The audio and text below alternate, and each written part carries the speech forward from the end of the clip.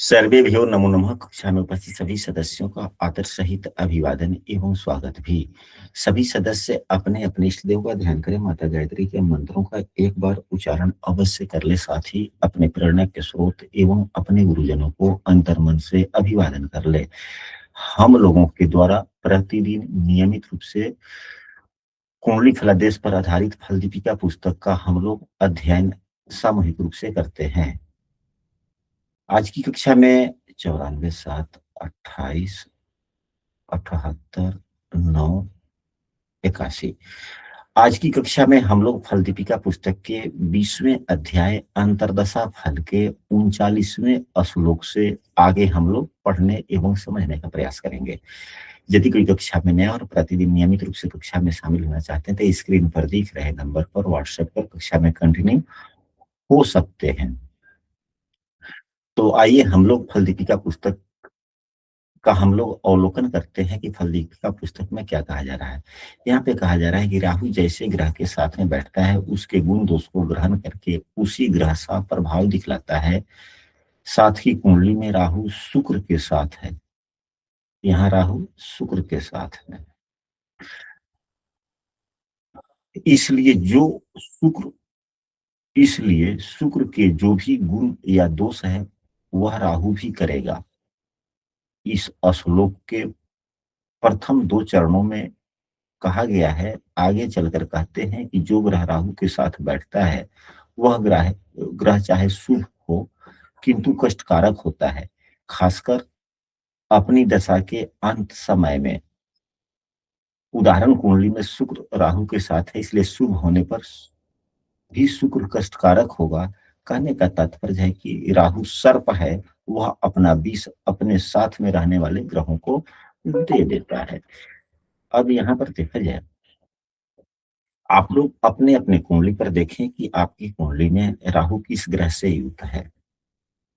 अगर शुभ फलदाता ग्रह से युक्त है तो राहु की दशाएं अच्छी जाती है। किसकी दशा अच्छी जाएगी? राहु की। राहु। लेकिन वह जिस ग्रह के साथ में है उस ग्रह की दशा उतनी अच्छी नहीं जाती। कारण यह होता है कि राहु क्या है? स्याही शोक है। वह जिस ग्रह के साथ में होता है उस ग्रह के गुण दोषों को ले लेता है। उस ग्रह के गुण दोषों को ले लेता है। और जिस ग्रह के साथ में होता है राहु नैसर्गिक रूप से स्वभावतः पापक ग्रह है, अच्छा ग्रह नहीं है। तो अपने गुणों से सामने वाले ग्रह को क्या जिस ग्रह से युक्त होता है उसको प्रभावित कर देता है। तो राहु के गुण अब यहाँ शुक्र में आ गए तो शुक्र की दशाएं स्वभावतः अच्छी नहीं होगी। और शुक्र के गुण राहु में चले आए तो राहु की दशा अच्छा फल देगा। अब क्या फल देगा? यहाँ पर शुक्र मालव्य योग बनाया है। शुक्र मालव्य योग बनाया है। तो मालव्य योग का मतलब क्या होता है? धन, समृद्धि, गाड़ी घोड़ा इत्यादि की वृद्धि होना या इसका सुख अधिक मिलना। तो अब राहु की दशाओं में इन सभी चीजों की प्राप्ति होगी। यदि किसी कुंडली में राहु के साथ कोई ग्रह युक्त ना हो, यदि किसी कुंडली में तो दोनों स्थितियां हो सकती है। दोनों हो सकती है कि नहीं हो सकती है? जी गुरु जी, हो सकती है। हो सकती है। अभी जो यहाँ पर जो उदाहरण कुंडली है यहाँ पे राहु किसी ग्रह के या साथ युक्त नहीं नहीं है। है।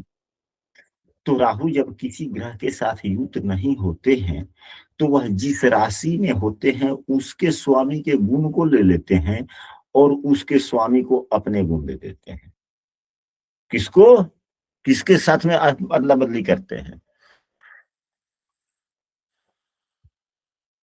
जिस राशि में जिस बैठे। राशि में होते हैं उसके स्वामी के गुण बन।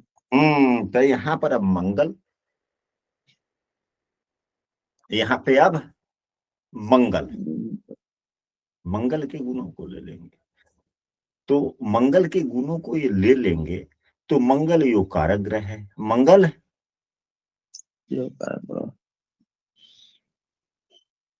मंगल यहाँ शुभ फल प्रदाता है, मंगल यहाँ शुभ फल प्रदाता है। अष्टम भाव में बैठा इसलिए फलों में कुछ कमी आ गई, लेकिन यो कारक ग्रह चाहे भले कहीं भी बैठा हो वह शुभ फल ही देता है। अगर अशुभ भाव में बैठा हुआ हो तो थोड़ा कम देगा, अशुभ भाव में बैठा हुआ हो तो कम फल देंगे, थोड़ा कम देंगे। लेकिन यो कारक ग्रह तो यो कारक ग्रह ही है। लेकिन मंगल कभी भी इस कुंडली में दशम भाव के लिए बुरे फल नहीं देंगे, क्योंकि यह दशम भाव में मंगल की मूल त्रिकोण राशि है, दशम भाव में मंगल की मूल त्रिकोण राशि है और दशम भाव से 11 में बैठ गए हैं। प्रथम दृष्टया यह शनि की राशि में है, ठीक नहीं है, लेकिन नवमांश में देखा जाए मंगल किस राशि में है, तो मंगल देव धनु राशि में है, अपने मित्र की राशि में है, शुभग्रह की राशि में है। ऐसा शुभग्रह यानी कि नवमांश में गुरु एवं मंगल का राशि परिवर्तन भी है। नवमांश के भी राशि परिवर्तन को योगों में लिया जाता है, राशि परिवर्तन में लिया जाता है। तो यहाँ पर मंगल दशम भाव के लिए अच्छे हो गए, नवमांश में भी ये धनु राशि में है, लग्न कुंडली के छठे भाव में वह राशि है, यह ठीक नहीं है। परंतु सभी प्रश्नों के लिए एक ही ग्रह अशुभ हो जाए ऐसा नहीं होता। यह छठा भाव संघर्ष का भाव है, उपचय भाव है, 10वां भाव भी उपचय भाव है। एक उपचय भाव का स्वामी नवमांश में ऐसी राशि में बैठा है जो लग्न कुंडली के उपचय भाव में ही है। यह कर्मों के लिए संघर्ष को दर्शाता है। जितना व्यक्ति संघर्ष करेगा उतना मंगल अच्छे फल देंगे। तो अब कब देंगे, तो राहु की दशाओं में दे देंगे। राहु की जब दशा चलेगी मंगल के गुण धर्मों को लेकर यह अपना फल देगा, और मंगल की जब दशा चलेगी तो जातक कुछ भ्रमित होगा, क्योंकि राहु के गुणों को ले लिया। मंगल 8वें भाव में भी बैठा है, मंगल 8वें भाव में भी बैठा है, तो थोड़ा यह फल खराब हुआ। मंगल राहु के गुणों को ले लिया, थोड़ा यह फल खराब हुआ। इसलिए जब मंगल की अंतरदशा चलेगी तो जातक भ्रमित रहेगा कि नहीं रहेगा, क्योंकि राहु तो पंचम भाव में है, पंचम भाव विवेकशीलता की है, तो विवेकशीलता में थोड़ी भ्रम आने की संभावनाएं बनती है। तो अब यहाँ पर देखा जाए तो वह इस जातक के लिए कब समय होगा, तो नियम यह है आ चंग भौ रा, आचंग भौरा गु स गु के सु।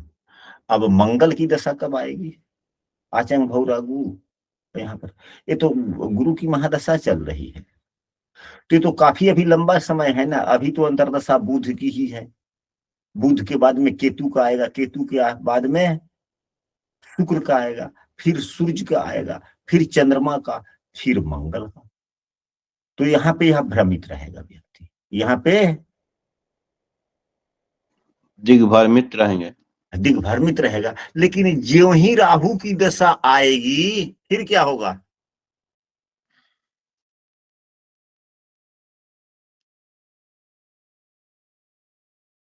सभी टूटे फूटे जितना भ्रम में पड़ने के कारण जो यहाँ पे समस्याएं हैं सभी का सुधार हो जाएगा, क्योंकि योग कारक ग्रह की राशि में भी है और योग कारक ग्रह का मंगल का सद्गुण धर्म ले लिया।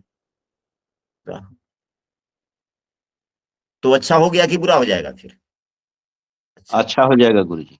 अच्छा हो जाएगा गुरुजी। हाँ जी,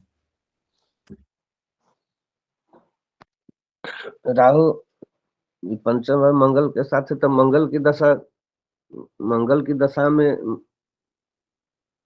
राहु अपना फल देंगे, मंगल को दे देंगे गुण। हाँ हाँ, तो मंगल का दशा थोड़ा खराब हो गया, लेकिन योग कारक है इसलिए उतना खराब नहीं होगा। वही मंगल अगर योग कारक नहीं रहते, अशुभ भाव के स्वामी रहते, अशुभ फल प्रदाता रहते, तो नैसर्गिक अशुभ फलदाता के कारण कुछ खराब, और राहु से पीड़ित होने के कारण खराब, तो अधिक खराब हो जाता लेकिन अगर मंगल योग कारक है, इसलिए यह बुरा फल तो देगा नहीं, लेकिन राहु इसकी राशि को पीड़ित कर रहा है, इसलिए थोड़ा मोड़ा यह खराब करेगा, उतना खराब नहीं करेगा। यदि यही मंगल योग कारक नहीं होता तो मंगल की दशा काफी खराब जाती। जी, यानी कि जो कारक ग्रह के साथ अगर जो संबंध बनाता है तो अच्छा हो जाएगा। हाँ, राहु अच्छा हो जाएगा, लेकिन उस योग कारक ग्रह के प्रभाव को कम कर देगा। अगर यही बुध देव 3 और 12 और तीसरे भाव के स्वामी, दोनों भाव के स्वामी बुरे फल देते हैं बुध है, अगर बुध यहाँ पर युद्ध रहता फिर क्या होता? बुध की अंतर्दशा और ज्यादा खराब हो जाता।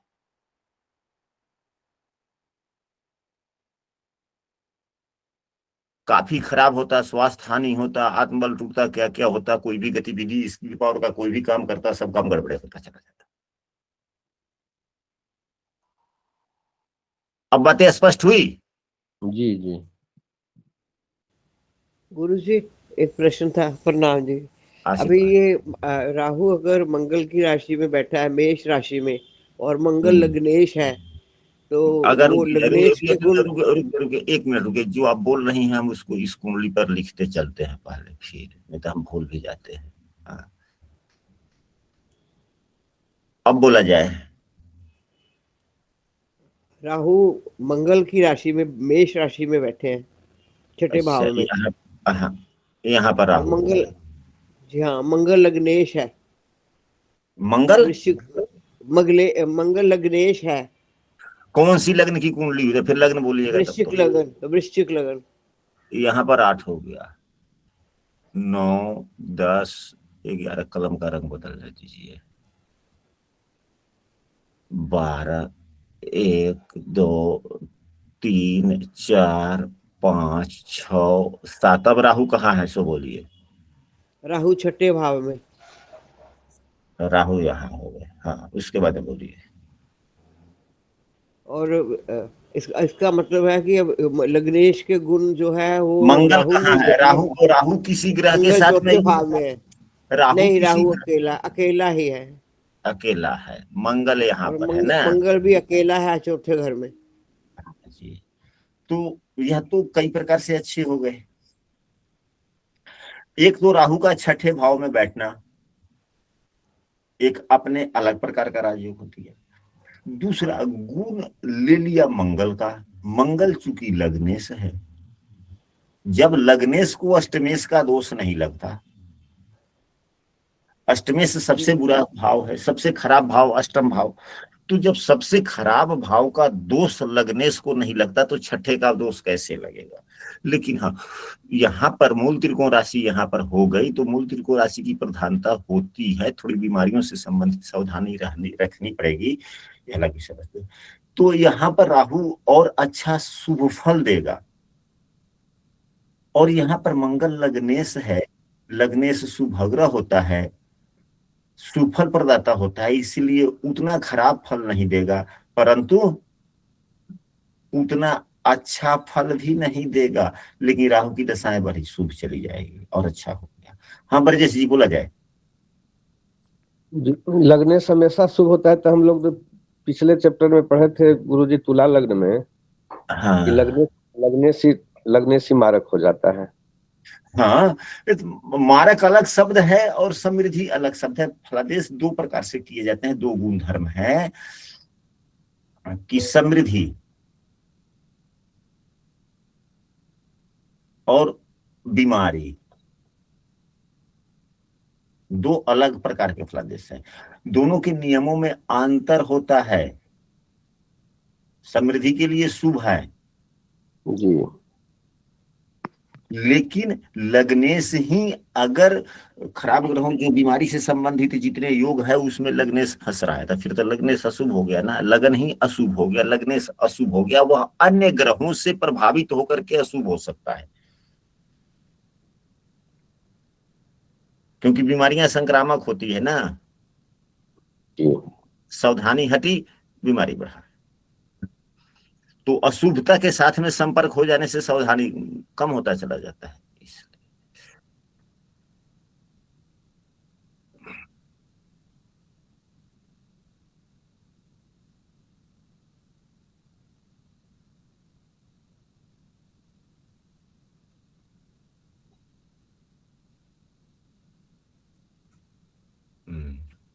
यह हो गया। अब इसके बाद में यह 40वें श्लोक में द्वितीय एवं सप्तम भाव को मारक स्थान कहते हैं। यदि इनके स्वामी या अन्य ग्रह बलवान होकर इन स्थानों में पड़े हुए हो तो वह अपनी दशा में मृत्यु देते हैं। यदि अष्टमेश और व्ययेश अति दुर्बल हो तो भी इनकी दशा में मृत्यु हो सकती है। कहने का मतलब यह है कि द्वितीय और सप्तम भाव के स्वामी यानी भाव को मारक का स्थान कहते हैं, हम लोग रूप से जानते हैं। यदि इनके स्वामी या अन्य ग्रह बलवान होकर इन स्थानों में पड़े हुए हों तो अपनी दशा में मृत्यु देते हैं। हम लोगों ने क्या समझा? तो हम लोगों ने समझा कि दूसरा भाव एवं 7वें भाव में बैठा हुआ ग्रह, अगर बैठा हुआ कोई भी ग्रह है काफी बलवान है तो इन और आयु का भी समय अंतिम चल रहा है, यानी कि आयु जो मोटा मोटी मारक का जो या आयु निर्णय का जो नियम है उस नियम के आधार अल्पायु, मध्यायु या दीर्घायु बनता है। तो उन समयों में उनकी दशाओं में इस प्रकार की स्थितियां, मृत्यु वाली स्थितियां हो सकती है। तो ग्रह बलवान कैसे समझे जाएंगे, ग्रह कमजोर कैसे समझे जाएंगे, इसके कई नियम हैं। यहाँ पर बुध बलवान है, प्रथम दृष्टिया बुध बलवान है कि नहीं है? बुध का अंशात्मक मान 29 है। बलवान है या कमजोर है? दृष्टि है, मित्र की राशि में इसलिए अच्छा है। नवमांश में यहाँ पर है लेकिन उच्च राशि में है, ठीक है। गुण अच्छे हो गए। गुण अच्छा या बुरा होना अलग बात है, लेकिन वास्तविक बल जो होता है, वास्तविक बल जो होता है वह अंशात्मक मान होता है। वास्तविक अंश, वास्तविक बल अंशात्मक मान होता है। तो 29 डिग्री के सम राशि में यह क्या हो गए? अति बाल हो गए ना। जी गुरुजी। चंद्रमा 21 अंशों का है, यह बलवान है, यह कुमार अवस्था में है, चंद्रमा बलवान है। तो यदि वैसी स्थिति होगी तो अब इनके लिए चंद्रमा की दशा ज्यादा कष्टकारक होगा या बुध की? चंद्रमा की गुरुजी।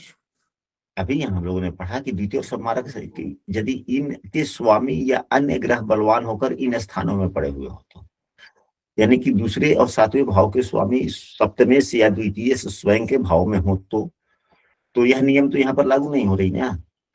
मान लें कि द्वितीय भाव के स्वामी सूर्य ही अगर यहीं पे बलवान होकर बैठे होते तो, या शनि यहाँ पर बलवान होकर बैठे हुए होते तो अगर यहीं पे बलवान होकर बैठे हुए तो सूर्य की दशा में, शनि यहाँ पर बलवान होकर बैठे हुए तो शनि की दशा में। अगर इन भावों के स्वामी अलग भाव में बैठे हुए हैं तो ये नहीं देखना, सूर्य तो अष्टम भाव में है तो फिर यह नियम यहाँ पर अष्टम भाव के लिए लागू नहीं होगा। लागू यह हो जाएगा कि दूसरे भाव और 7वें भाव में कौन से ग्रह बैठे हुए, उनमें देखिए बलशाली कौन है, तो इनमें बलशाली तो चंद्रमा होगा। तो संभावनाएं किसकी दशा में मृत्यु की बनी, बुध की या चंद्रमा की?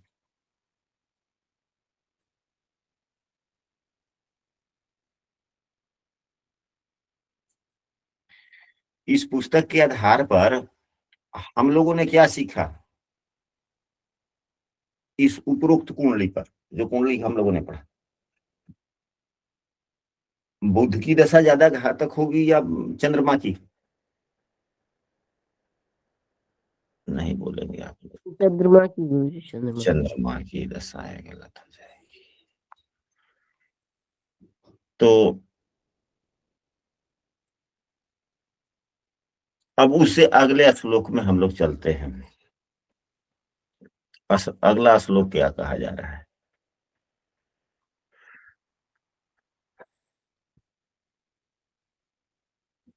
यदि केंद्र का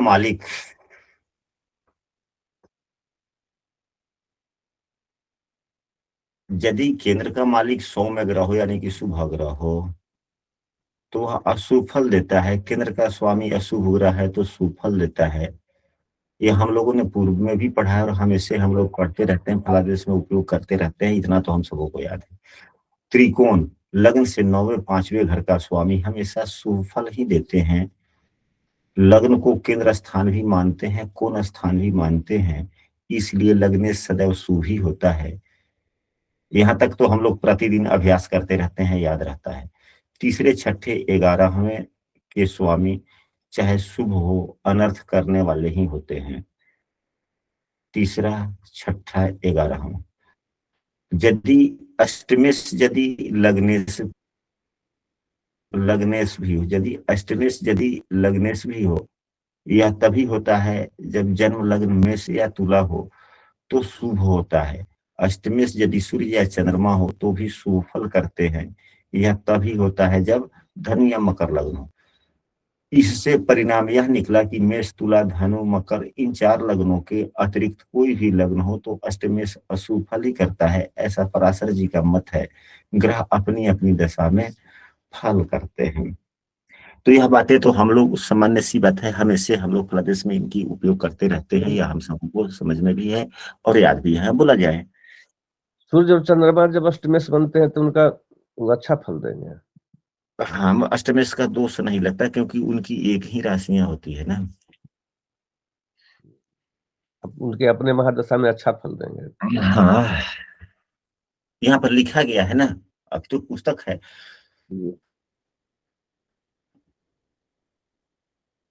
अभी पढ़े ना इतिहास, तो अष्टमेश यदि सूर्य या चंद्रमा हो तो भी शुभ फल करते हैं।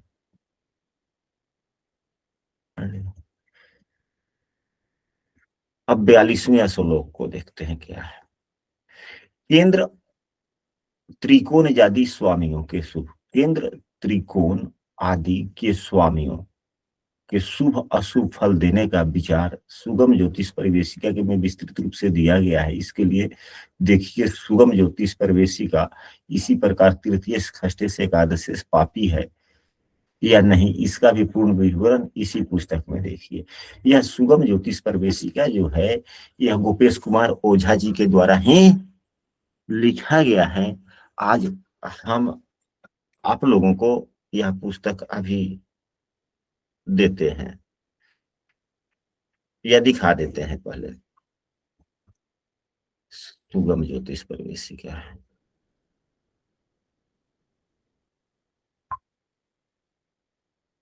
सुगम आजा भाई, सुगम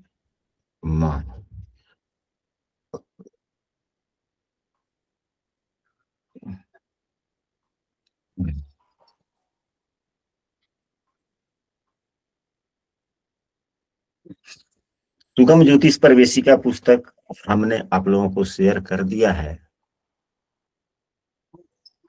धन्यवाद गुरुजी।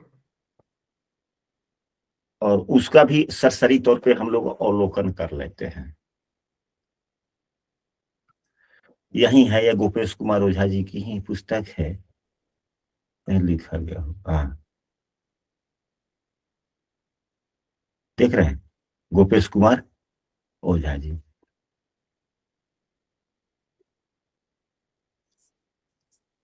इस पुस्तक का अवलोकन आप लोग कर लीजिएगा, हमने समूह में शेयर कर दिया। पुनः चले फल पुस्तक पे। अब यहाँ पर 42वें श्लोक में दिया जा रहा है, कोण का स्वामी यदि केंद्र में हो, केंद्र का स्वामी यदि त्रिकोण में हो तो ये दोनों ही योग देने वाले होते हैं। यानी कि केंद्र के स्वामी यदि त्रिकोण में हो या त्रिकोण के स्वामी यदि केंद्र में हो तो यह सुफल देते हैं। इनमें से एक की दशा हो, दूसरे की अंतरदशा हो, वह समय बहुत ही शुभ होता है। यानी कि केंद्र भाव के स्वामी की महादशा हो और त्रिकोण भाव के स्वामी की अंतरदशा हो तो शुभ, या त्रिकोण भाव के स्वामी की महादशा और केंद्र भाव के स्वामी की अंतरदशा तो बहुत ही शुभ होता है। यह योग प्रदान करता है। यह सब हम लोग नियमित रूप से, इतना हम सबों को याद है कि जब जब हम लोग अभ्यास कक्षा का आयोजन करते हैं तो इन सभी सूत्रों को हम लोग उपयोग करते रहते हैं और पुनरावृत्ति हम सबों की होती रहती है। आगे बढ़ा जाए। जी गुरुजी। जो बातें समझ में नहीं आती है, समझने के लिए आवश्यक होता है, तो वहां पे हम लोग कुंडली को आधार मानकर कुंडली पर समझ लेते हैं, यदि समझ में आ रहा है तो पढ़ते हुए आगे बढ़ने में कोई दोष नहीं है। ऊपर श्लोक 41 में कहा गया है कि तद दशायाम फलम, अपनी अपनी दशा में फल देने से, क्या जिस ग्रह की महादशा होती है वह अपनी महादशा में अपनी अंतरदशा में पूर्ण फल प्रदान कर देता है? नहीं। यानी कि जिस ग्रह की महादशा होती है उसी ग्रह की अंतरदशा सब पहले शुरू होती है, तो नहीं। वहीं इस श्लोक में बतलाया गया है कि सूर्य आदि सब ग्रह अपनी महादशा में और अपनी ही अंतरदशा में एवं अपने भावों के अनुसार मनुष्यों के सुफल प्रदान नहीं करते हैं, तब करते हैं जब आगे का श्लोक बतलाया। यानी कि सूर्य की महादशा हो और सूर्य की ही अंतरदशा हो तो वे सुफल अपने गुणों के आधार पर नहीं करते। जैसे देवगुरु बृहस्पति की महादशा है, देवगुरु बृहस्पति की शुरू के दिन चल रहे हैं, अंतरदशा चल रहा है, तो क्या वह शुभ फल देंगे? तो नहीं देंगे। तो अपनी स्थिति के अनुसार कब फल देंगे, ऐसा देखा भी जाता है। सामान्यतः यह कि अभी नियम है कि जिस ग्रह की महादशा हो उसी ग्रह की अंतरदशा हो तो सामान्यतः समय अच्छा नहीं होता। वह क्यों या इसके क्या कारण है या हम लोग कैसे समझे, आगे यहाँ पर 44वें श्लोक में बतलाया जा रहा है। इसको हम लोग थोड़ा अवलोकन कर लेते हैं।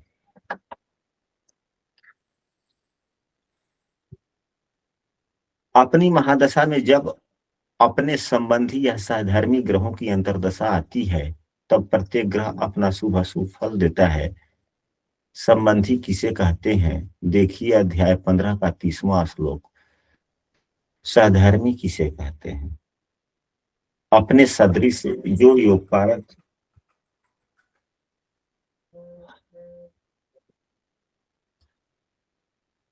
अपने सदृश जो योगकारक या अन्य ग्रह हैं वे सहधर्मी हैं। शुभ ग्रहों के अन्य शुभ ग्रह सहधर्मी हैं, पाप ग्रहों के साथ अन्य पाप। तो यहाँ पर सहधर्मी जो सुबह की हम लोग क्लास कक्षा करेंगे वह सहधर्मिता पर करेंगे। किस चीज पर करेंगे? सहधर्मिता एवं जो ग्रह एक ही प्रकार के गुण ग्रह रखते हो एवं दशाफल। सहधर्मिता एवं दशाफल के आधार पर कल कक्षा हो जाएगी। अब इसके बाद में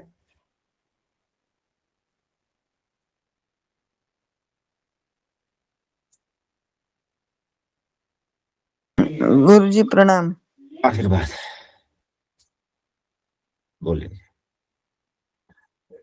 कुछ कहना है? बोलिए।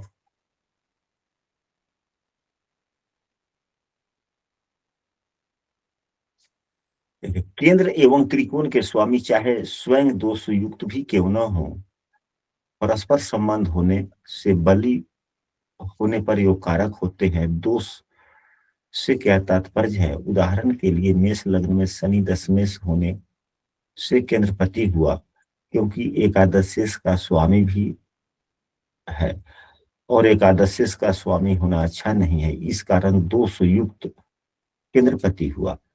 इसी प्रकार सिंह लग्न में बृहस्पति पंचम के साथ अष्टम का भी स्वामी हुआ, इस कारण दोषयुक्त त्रिकोणपति हुआ।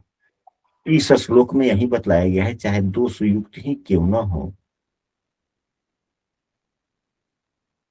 केंद्रेश और त्रिकोणेश का संबंध होने में उसमें बल आ जाता है और योग कारक हो जाते हैं। अब इनको हम लोग इस कुंडली पर देखते हैं कि कोई भी यहाँ पर इस कुंडली में क्या केंद्र त्रिकोण का कोई भी ग्रह का कोई संबंध बन रहा है?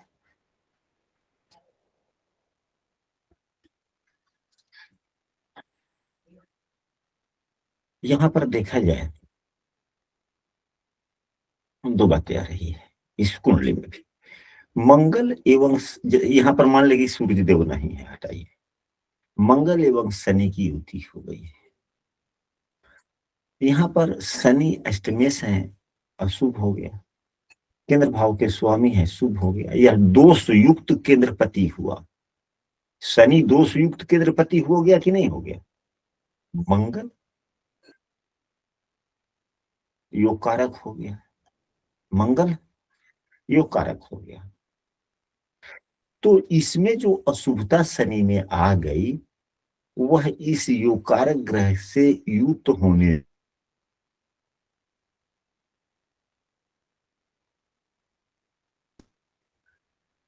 शनि भी अच्छा हो गया, शनि की दशाएं अच्छी जाएगी। अभी हम लोगों ने इसी कुंडली पर कुछ देर पहले आज की ही कक्षा में चर्चा किया था कि राहु शुभ हो गया मंगल की राशि में होने के कारण, राहु मंगल की राशि में है, कुछ पीड़ित हो गया। मंगल शनि को शुभ बना रहा है तो कुछ और कमजोर हो गया, शनि शुभ हो गया। तो यह तो मंगल शनि एवं सूर्य दोनों से पीड़ित हो रहा है। मंगल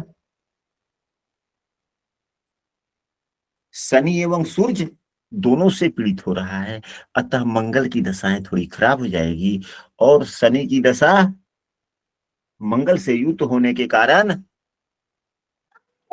अच्छी जाएगी।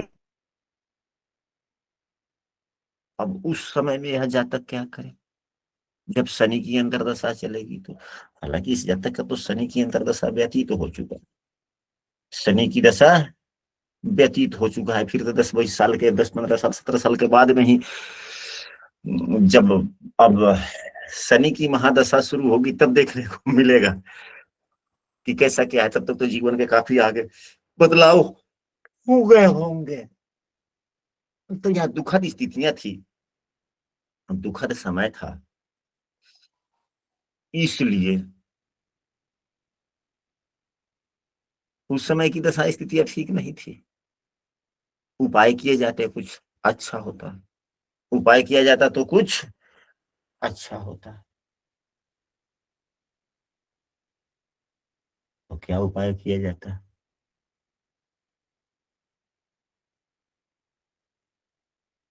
मंगल की दशाएं आएंगी, खराब होगा। शनि की दशाएं अशुभ थी लेकिन मंगल के कारण कुछ शुभ हुआ, लेकिन मंगल की दशा ज्यादा खराब होगा ना यहाँ पर, क्योंकि मंगल है शनि से भी, अष्टमेश से भी पीड़ित हो गया, राहु से भी पीड़ित हो गया। फिर उस समय मंगल का क्या उपाय किया जाएगा? मंगल को बल देना चाहिए गुरुजी। मंगल को बल दिया जाए, मजबूती दिया जाए, ऐसा है। और वायु तत्व की राशि में बैठे हुए हैं, स्तुति किया जाए, हनुमान चालीसा इत्यादि का पाठ करे प्रतिदिन नियमित रूप से और अच्छा होगा। जब मंगल की अंतर्दशा आए तो प्रतिदिन थोड़ा सा हनुमान मंदिर या नहीं तो कम से कम मंगलवार को हनुमान मंदिर जाए, अच्छा हो जाएगा।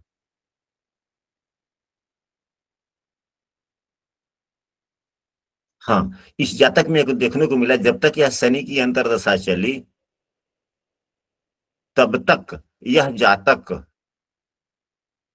हनुमान जी की मंदिर, इस जातक के घर के बगल में हनुमान मंदिर है, प्रतिदिन सुबह में जाना, हनुमान जी की मंदिर को धोना होना, मंदिर का पूजा पाठ करना, सभी जवाबदेहियां ले रखा था। हम मना करते थे कि नहीं अपना यह काम करो, वह जो मंदिर के पुजारी साहब, ना ना ना, हम मंदिर को पूजा करबे करेंगे, मंदिर का पूजा करबे करेंगे।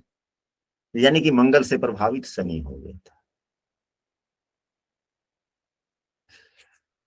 ऐसी बात हुई है। चलिए 46वें श्लोक पे चलते हैं। दोनों त्रिकोण स्वामियों में यदि किसी का संबंध बलि केंद्रनाथ से हो तो वह संबंध राजयोग कारक होता है। यहाँ यह भी बतलाना आवश्यक है कि बलि का तात्पर्य है कि एक अर्थ में तो यह साधारण है कि बलि अर्थात बलवान, बलि केंद्रनाथ का दूसरा पारस्परिक अर्थ है दशमेश, क्योंकि चारों केंद्रों में वही सबसे बलि माना जाता है। यह निष्कर्ष निकला। कहने का मतलब यह है कि केंद्र एवं त्रिकोण भाव के स्वामियों में इसको भी बल के आधार पर समझना होगा हम सबों को। यह हम लोग कैसे समझेंगे? इस श्लोक को हम लोग कैसे समझेंगे? आप सभी यदि आपस में 1 मिनट चर्चा करें कि इसको कैसे समझेंगे, फिर हम आते हैं तो बताते हैं।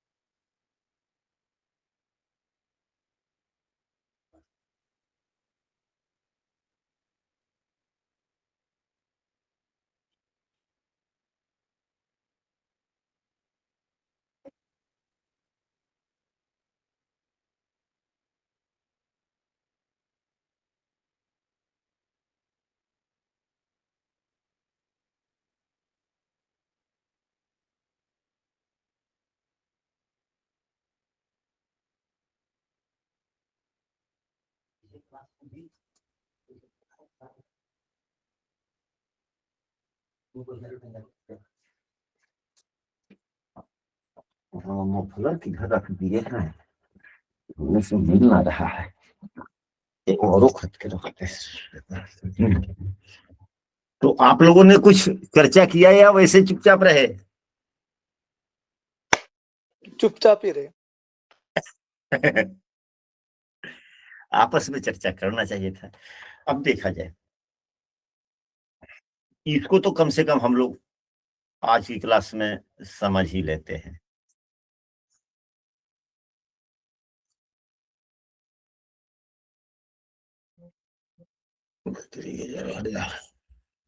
ये कहाँ गया? मंगलवार शनिवार 7:25 8:30 तक। चलिए, अब यहाँ पर दोनों त्रिकोण स्वामियों में किसी का संबंध बलि केंद्रनाथ से हो तो संबंध राजयोग कारक होता है, यह भी बतलाना आवश्यक है। बलि का तात्पर्य एक अर्थ में जो यहाँ पर कहा जा रहा है, इसको हम लोग कुंडली पर कैसे समझें?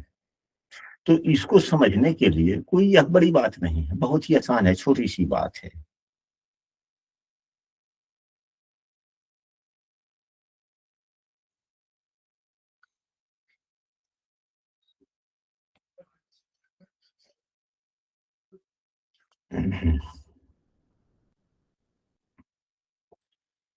केंद्र भाव कौन कौन से होते हैं? 1 4 7 10। त्रिकोण भाव 5वां 9वां।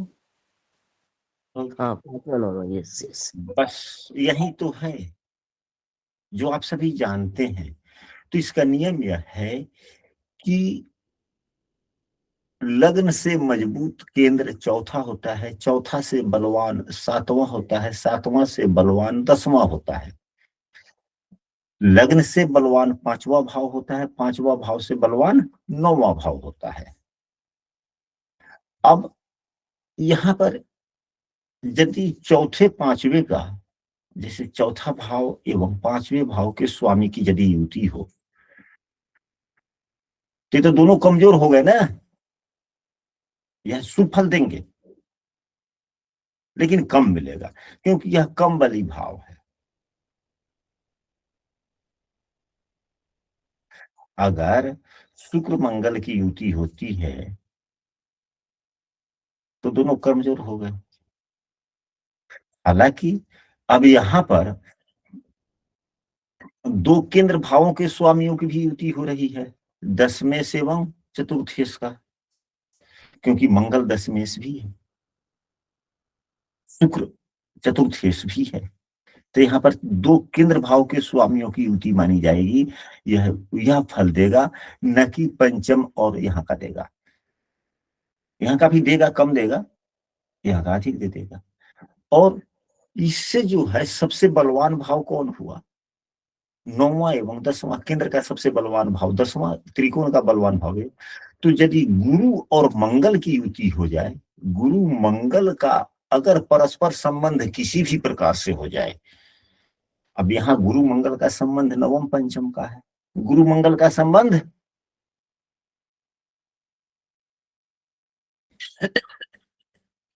नवम पंचम का है। मंगल दशमेश है, दशमेश से नवम पंचम के संबंध में गुरु है। मंगल और गुरु का नवमांश में राशि परिवर्तन भी है। केंद्र में देवगुरु बृहस्पति है।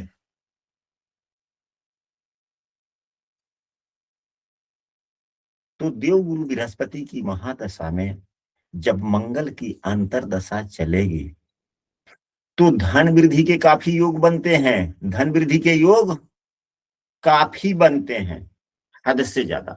परंतु इसी आज की ही कक्षा में हम लोगों ने अभी कुछ देर पहले यह पाया था कि मंगल की दशा कष्टदायक जाएगी।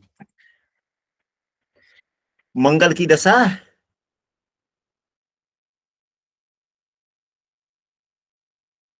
कष्ट जाएगी। और यहां हमने अभी कहा कि मंगल की दशाएं समृद्धि वाली जाएगी। दोनों ही बातें हो गई और दोनों ही घटनाएं घटित होंगी। दोनों ही घटनाएं, बुरे फल भी काफी मिलेंगे और शुभ फल भी काफी मिलेंगे। तो अब कौन सा बुरा फल मिलेगा? तो यह जो है देवगुरु बृहस्पति छठे भाव के भी स्वामी हैं और मूल त्रिकोण राशि छठे भाव में है और दसम भाव के स्वामी का मूल त्रिकोण राशि भी, मतलब मंगल का मूल त्रिकोण राशि दसम भाव में। तो खष्टेश एवं दशमेश का भी राशि परिवर्तन हुआ ना नवमांश में, या खष्टेश एवं दशमेश का भी तो नवम पंचम का संबंध बना ना। तो छठा भाव तो बीमारी का भी है, पाचन तंत्रों का भी है, और अष्टम भाव में बैठे हुए भी हैं। तो बीमारी होगी कि नहीं होगी? होगी होगी। जातक परेशान रहेगा, मंगल जातक मंगल की महादशा में गुरु जी, नहीं, मंगल की अंतर्दशा में, अंतर्दशा में। हाँ, गुरु की महादशा चलिए रहा है, यानी खष्टेश की महादशा में, खष्टेश की, हाँ, खष्टेश की महादशा में मंगल की अंतर्दशा है, जो कि शनि से पीड़ित है, शनि अष्टमेश है, राहु से पीड़ित है, क्योंकि इनकी राशि में राहु देव है, राहु के गुणों को ले लिया, शनि के साथ अष्टमेश के साथ युक्त है, अष्टम भाव में है, बीमारी तो देगा। तो बीमारी किस प्रकार की हो सकती है? पाचन तंत्र, पाचन तंत्र से होगा। क्या कष्टदायक बीमारी होगी?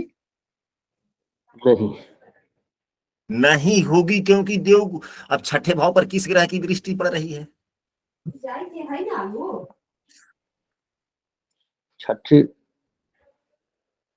छठे भाव पर किस ग्रह की राशि पर दृष्टि पड़ रही? जब यहां तक हम लोग आ ही गए तो कुछ बीमारियों का भी आकलन करें। छठे भाव पर किसी ग्रह की दृष्टि नहीं है, किसी ग्रह की दृष्टि तो नहीं है गुरु जी, तो नहीं है। तो अब भाव के स्वामी के गुण धर्म से, तो भाव के स्वामी गुरुदेव हो गए, पाचन तंत्र के कारक हो गए। एक जी, थोड़ा बहुत होगा, अभी देखिए कहां तक होगा, सो देखिए। अब इसके बाद में क्या छठी राशि भी पीड़ित है? तो छठी राशि भी पीड़ित है, नीच, शुक्रदेव के नीच की दृष्टि है, यानी कि कुंडली के छठे भाव को भी देखेंगे, काल पुरुष के कुंडली के अनुसार भी देखेंगे, तो यह भी छठी राशि पीड़ित हो गई। दूसरा और देखिए, क्या छठे राशि के स्वामी पीड़ित हैं? तो छठे भाव राशि के स्वामी बुध देव केतु से पीड़ित हो गए, बुध भी पीड़ित हुआ, छठा भाव भी थोड़ा सा गड़बड़े हो गया, छठा भाव पाप कर्तई में भी आया, राहु पेट वाले भाव में बैठा हुआ भी है, शनि एवं मंगल की दृष्टि दूसरे भाव पर भी है। मंगल तीखा तीखा है, शनि वैसे ही है, यानी खान पान की चाटुकारिता हो गई ना, खान पान की चाटुकारिता, खान पान की चाटुकारिता हो गया। गुरु शुक्र खडाष्टक योग में है, जो पाचन तंत्रों के जो अपना अगर ठीक ठाक होते हैं तो पाचन तंत्र वगैरह ठीक होता है, तो चाटुकारिता वाली बात हो गई, यानी कि पाचन अंगों का कमजोर होना, गैस से संबंधित बीमारियां होना हल्का फुल्का वैसा होता रहेगा, यानी कि पेट से व्यक्ति, पेट वाली ही बीमारी होगी, कष्टदायक या गैस से पाचन तंत्र से संबंधित समस्याएं होंगी, या दूसरा कुछ होगा? यही होगा गुरु जी। क्या ही होगा। असमय खान पान, अब हाँ, इसकी और सावधानी। असमय खान पान और मंगल शनि की चाटुकारिता। जी जी। Hello hello. हेलो। हाँ बोला बुआ। सर जी प्रणाम। आशीर्वाद। कली दूधवा ना दे। अच्छा ठीक बा, ठीक बा। तो यह वाली बात है, तो आशा करते हैं कि आज की कक्षा आप लोगों के लिए आनंददायक रहा होगा। और यदि कोई विषय वस्तु न समझ में आया हो तो आप लोग समूह में भी लिख सकते हैं, और आज की कक्षा कैसी लगी वह भी आप लोग लिख सकते हैं। और बीच बीच में जब भी ऐसी बातें बनती है तो आप लोग आपस में चर्चा भी क्लास में करना चाहिए।